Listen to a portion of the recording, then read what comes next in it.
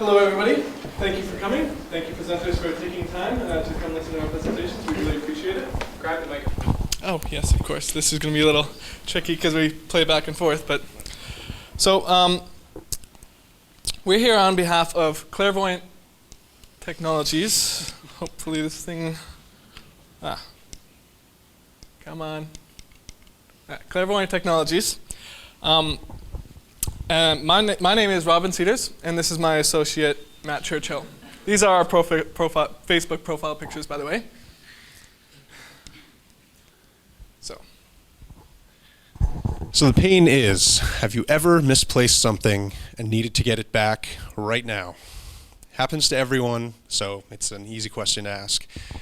You're late for an appointment, you got to find your car keys, you got to find your wallet, you misplace basically anything. So have you ever felt as though you're being troubled by car key gnomes, hiding your stuff because you don't know where it is? Well, our solution, our solution is basically follows the line of a compass. We wanted to develop a device that could find and locate your keys, your wallet, your cell phone, anything you need to use like a compass in a 3D environment.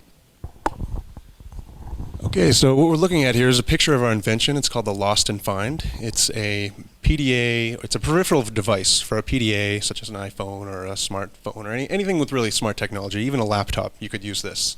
So our device here is on the bottom. There's a range of adapters for different type of proprietary devices. And the functionality of it is basically in two modes. One is this three-dimensional display. It's like a digital kind of compass on a 3D gimbal, and it points exactly at whatever it is that you've tagged and lost. So you tag your wallet, and then you realize you don't have it, and you retrieve it with this method. The other method is this the radar type method, where you can see all of your items that are within the range, which is up to 100 meters, and you would just touch your screen on something you wanted to find, and there you go. You have your car keys, 13 meters in the northwest of you. So who's going to be able to use this device?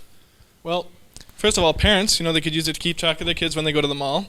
Pet owners could use it to find their dog that's run away and drive around the neighborhood finding their dog. Or just scatterbrains like me who just lose stuff all the time. I mean, honestly, it's a mess.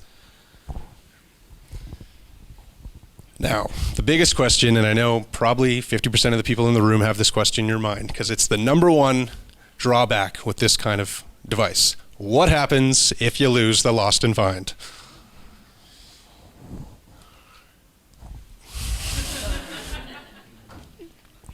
Well, we've built a contingency model for this. Within our device is a microprocessor chip. It has memory, and it also has a Bluetooth connection. Are we frozen? Yeah, we're... Oh, great. Back. Sorry, technical difficulties.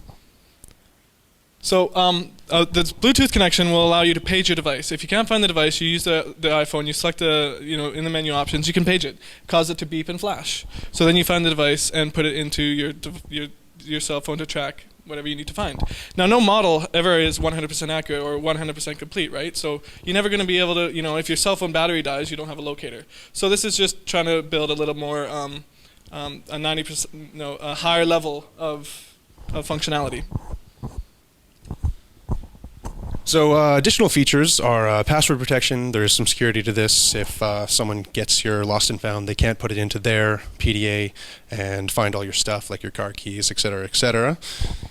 The other one is there's an encryption of the tags. So when you get a tag, you encrypt the tag to your particular device so that no one else can track your tags, and only your tags will respond to your device. Also, there's an internal storage on the microprocessor of the tag IDs. So if you lose the device or it gets destroyed, if you want to use the device on a different phone, you can, so that the tag IDs are not stored in the actual phone.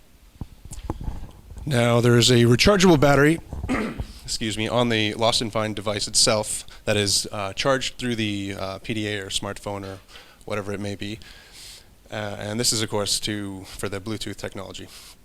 Now, there's active and passive tags, and this is an important point, because the passive tags are very small, very discreet, but the only drawback is the range is much, much shorter. They go maybe 10 meters. So that would be devices in your house.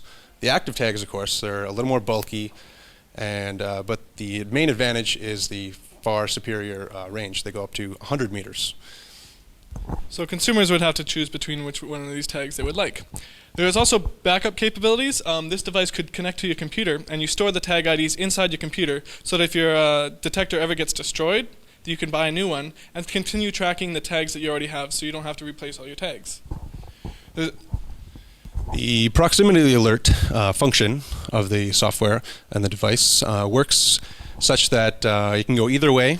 If one of your devices comes into the proximity of the range, then you get an alert, such as if you were searching for something beyond the range, or if one of your devices leaves the range. What do we got, 1 minute? 1 minute, okay. All right. So there's competitors out there.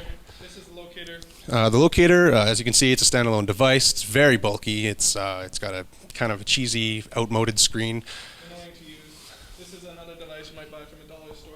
Our main competitive advantage, we surpass them on every major quality characteristic at a lower price point. So This is a mock-up of the device. Variable cost to produce it are $35. We can sell it for, say, $100. That's still $50 below the previous examples there. The smartphone market has about 100 million users. So if we get 1% of the market, we're still selling 1 million devices. 0.5%, 500,000 devices. That's a huge market we could get to. So our plan is to develop the technology. We need to get patents. We build the device, get it sold, break even in 2 to 3 years, and basically sell out. That's what we're planning to do. Build the process, get the business going, sell out. Of course, there's risks involved. You can you can circumvent the patents. There's RFID regulations that may come into play, and there's also competing technologies that we may have to deal with. So, running out of time. Sorry. So, thank you for your time.